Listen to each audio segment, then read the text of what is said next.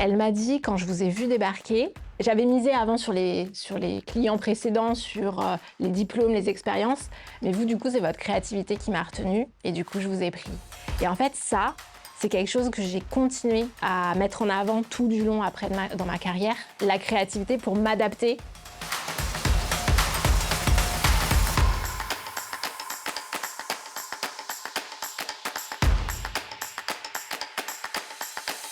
Les Illuminés du droit, un nouvel épisode. Aujourd'hui, on va faire quelque chose de très techno. Alors, on est souvent en IA parce qu'après tout, il y a Open Law, le droit ouvert. Il y a l'ami Liaison qui est avec nous et qui nous accompagne. Mais là, on va aller dans un univers qui est quand même très digital avec vous, Marine Chartier.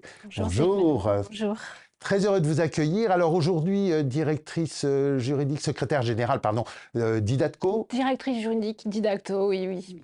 Voilà. Ça suffira? Ça suffira. Ça me Qu'est-ce que ça suffira. fait en deux mots, Idatco? Parce que c'est quelque Ouais. chose d'assez sensible, on n'en parlera pas trop. Alors, Idacto fait de l'identité numérique, principalement sous forme d'orchestrateur. L'idée, c'est des wallets qui permettent de faire une implémentation de différents prestataires, type de la reconnaissance faciale, des KYC, du KYB. Et nous, on s'occupe de tout arranger pour nos clients, justement. Pour Voilà, l'identité numérique. identification facile Voilà. pour connaître ses clients, ses Exactement. fournisseurs, à travers une identité digitale. Alors, Oui. j'imagine que ces problématiques vous passionnent. On a la chance d'avoir de temps en temps des débats autour de ces questions. Et puis, vous êtes très investi dans tout ce qui se passe actuellement au niveau européen. Donc, on va revenir sur ces éléments. On va faire un petit peu de technique, tiens, aujourd'hui, pour s'amuser un peu. Mais alors, au départ... une Nantaise qui parle japonais, comment ça va faire du droit? Alors, au départ, plutôt une Parisienne qui s'expatrie à Nantes pour ensuite aller au Japon et revenir à Paris. Et vous n'êtes pas resté au Japon? Et je ne suis pas restée au Japon. Non, non, non. Originellement, je voulais me diriger vers les cadres d'Orient, donc Oui. tout ce qui était diplomatie. De Et de l'INALCO et l'INALCO, exactement. Troisième Banque année, orientale. je prends en option le droit. D'accord. Un peu par hasard, parce qu'il y avait cette liste d'options.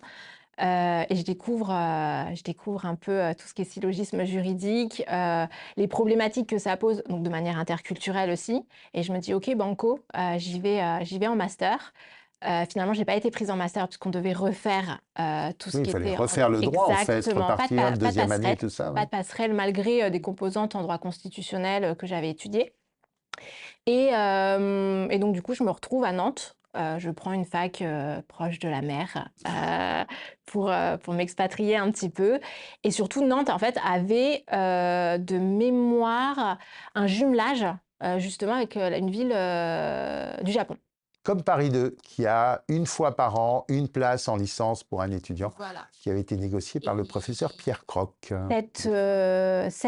Du coup, cette place n'avait jamais été mobilisée en droit.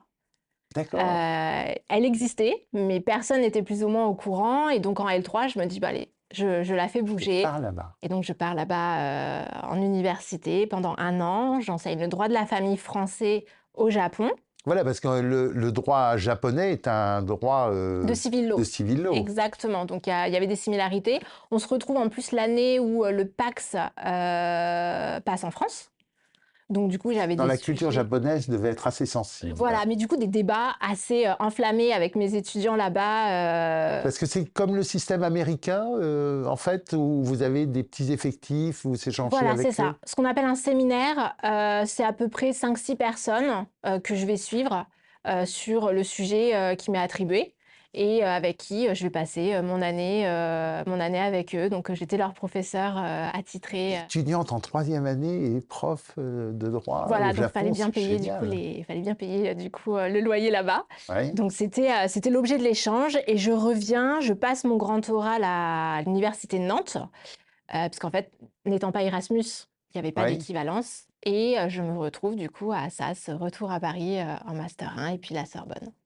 Voilà. Retour à la raison. Retour, Parce que retour Nantes à maintenant est devenue une très bonne université. une Donc, très bonne université. Non, retour à ma vie d'avant, en gros, voilà.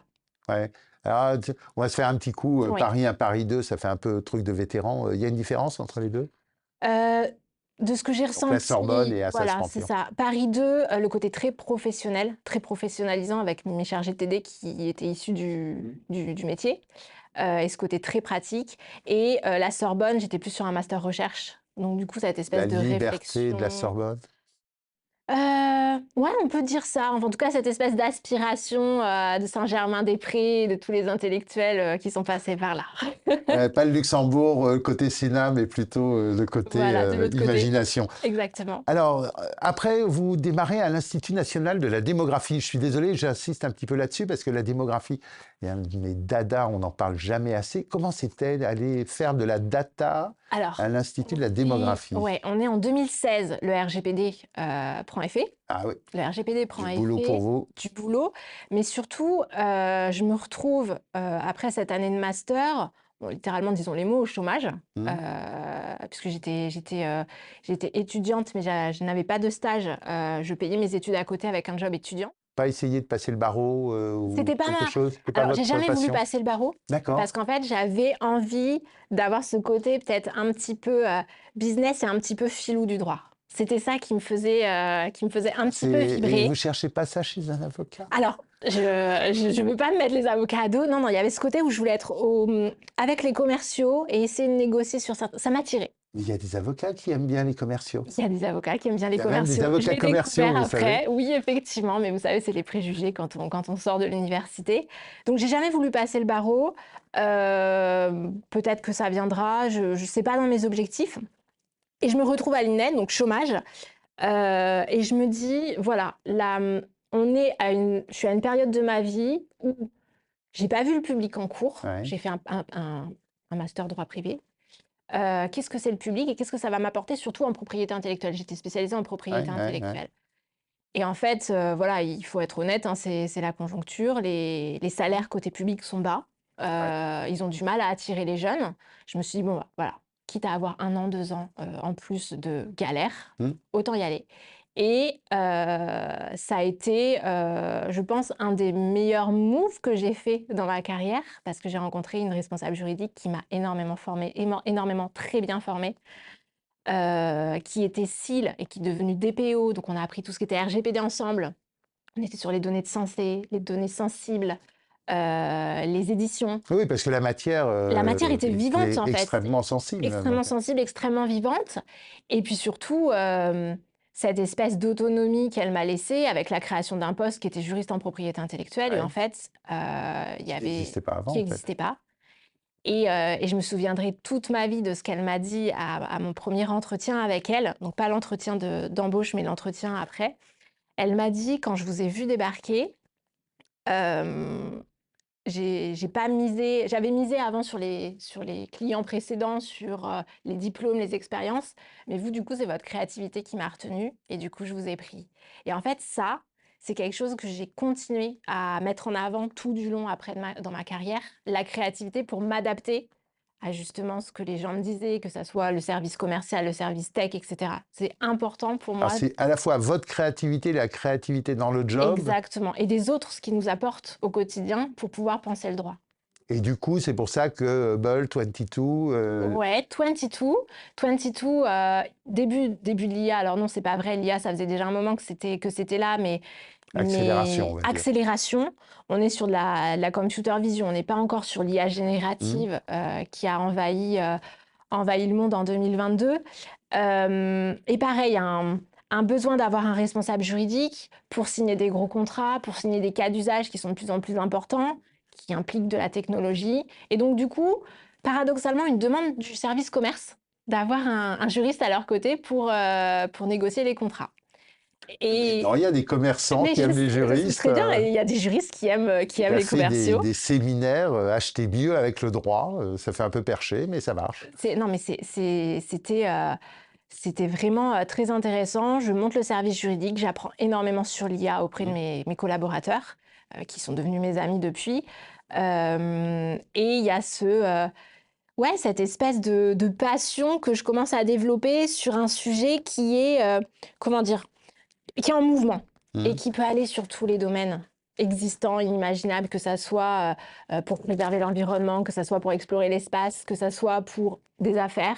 Oui, c'est du droit, c'est de la RSE, c'est un peu ce qu'on aime chez De Voilà, Gaulle Florence, où on va faire de la propriété intellectuelle dans l'espace, de la donnée dans l'espace, en exactement, mêlant à la fois du exactement, droit qui exactement. existe et de l'imagination pour peut-être faire changer le droit, qui n'est C'est pas ça. forcément Et des adapté. sujets CNIL sur la vision par ordinateur, les caméras dans l'espace public, où là, on me met clairement en avant et où je découvre encore plus tout ce qui est l'aspect technologique. Ouais. Et du coup, je continue, quoi. Je continue après chez Hubble, dans l'identité numérique, et aujourd'hui chez Idacto, dans l'identité numérique régalienne.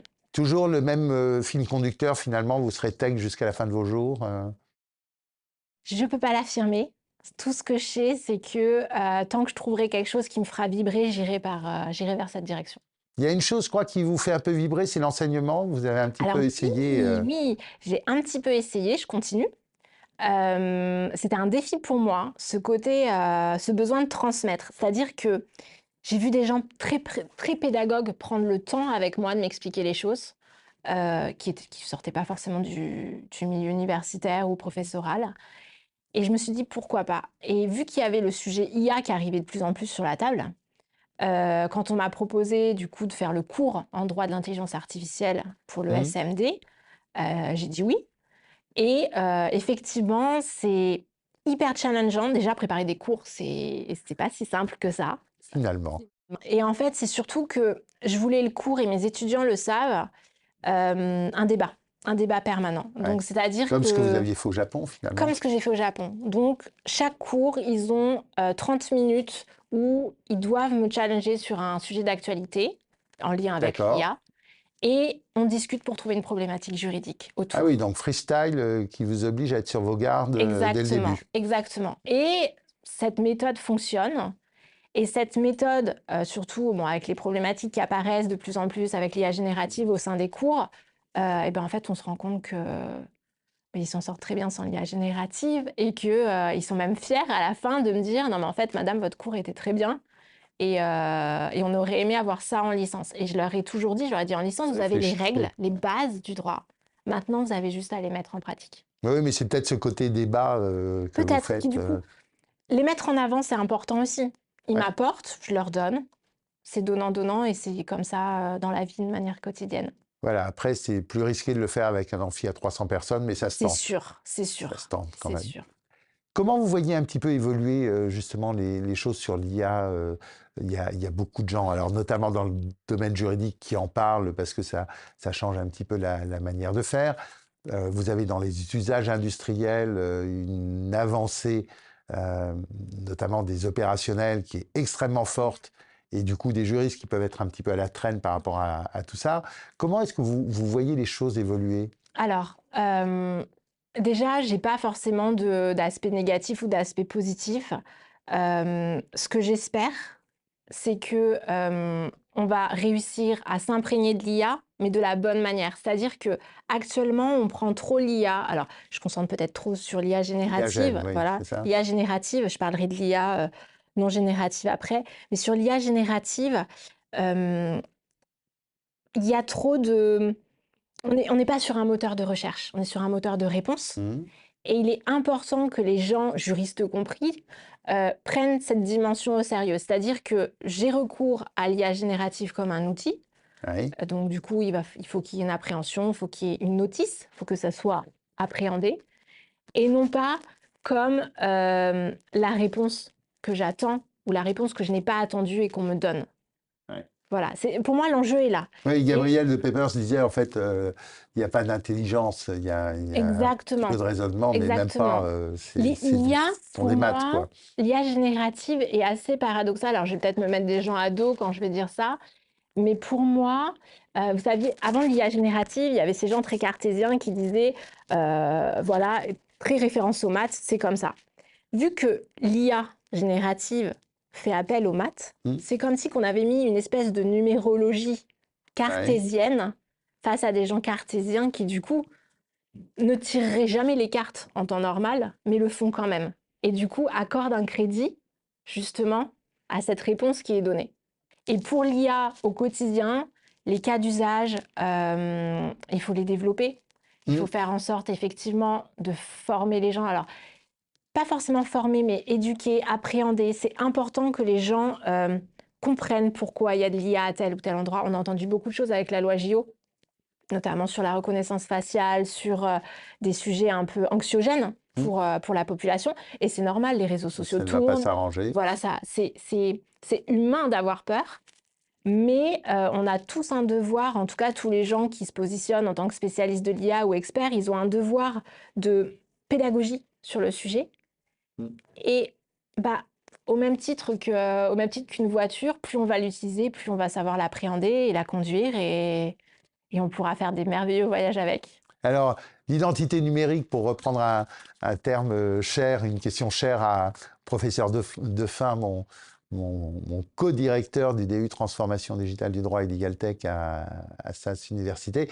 Vous êtes confortable avec cette identité numérique, avec son évolution pour demain? On va arriver à quelque chose ou pas? Parce que c'est vrai que cette carte d'identité, mieux que le numéro de sécu, ce serait quand même extraordinaire. Alors, ça serait extraordinaire. Il y a des cas d'usage qui sont demandeurs de cette identité numérique. Typiquement le voyage, Ouais. la banque pour la lutte contre la fraude. La santé, oui et non. Il faut voir tous les... Peut-être la Caisse nationale d'assurance Voilà, maladie. non, mais il faut voir comment dire, les sécurités qu'il y a autour, tout Ouais, ça. ouais. Encore une fois, c'est des choses qui sont anxiogènes pour les gens. Surtout qui ne comprennent pas comment ça fonctionne. Mais l'identité numérique, ça fait des années qu'on en a. L'identité régalienne, effectivement, pour moi, c'est quelque chose dont l'État doit s'emparer. Il doit former les citoyens à cette utilité. Et pourquoi c'est important et pertinent d'avoir une identité numérique. Quand on voit que le week-end dernier, Trump revient sur, au niveau de son décret sur pas d'identité numérique aux États-Unis pour X raisons qui lui sont propres, ouais, ça peut effectivement donner des idées à certaines personnes pour aller contre ce mouvement-là. Mais les détracteurs de l'identité numérique, et qui souvent vont mettre en avant le fait qu'une identité papier est plus sécurisée, oui et non. Avec une identité papier, on fait tout aussi de choses mauvaises qu'avec une identité numérique. Oui, après, vous connaissez un petit peu toute cette technique, donc vous avez peut-être Oui. quelques longueurs d'avance sur nous. Oui, Hein, mais c'est quelque chose qui va être, je pense, très, très salvateur pour les années à venir, à partir du moment où elle sera pas contrôlée, mais bien encadrée en tout cas. On a la chance de recevoir plein de gens qui sont enthousiastes dans ce qu'ils font. Qu'est-ce que vous auriez comme recommandation à faire à des jeunes qui en ce moment passent leurs examens, ont plus ou moins leur M1, M2, ont plus ou moins le niveau d'y aller aussi, hein. Je dis des choses pas très sympathiques, mais pour essayer de s'épanouir dans tout ça. Oser, je pense que oser, c'est très dur. C'est très dur d'aller contre ses peurs. C'est très dur de se dire, je suis face à, par exemple, une fiche de poste et en fait, j'en remplis pas les 3/4. C'est très dur de pas avoir de recul sur ce que je pourrais donner à l'entreprise. Oser et être créatif. Franchement, je pense que la créativité, l'imagination et la force de proposition, toujours dans le respect, effectivement, de ce que les autres ont à nous apporter aussi, c'est quelque chose que je recommande énormément. Et la curiosité, énormément de curiosité. Merci beaucoup Marine, à bientôt et puis à très bientôt pour de nouvelles aventures d'Illuminés du droit.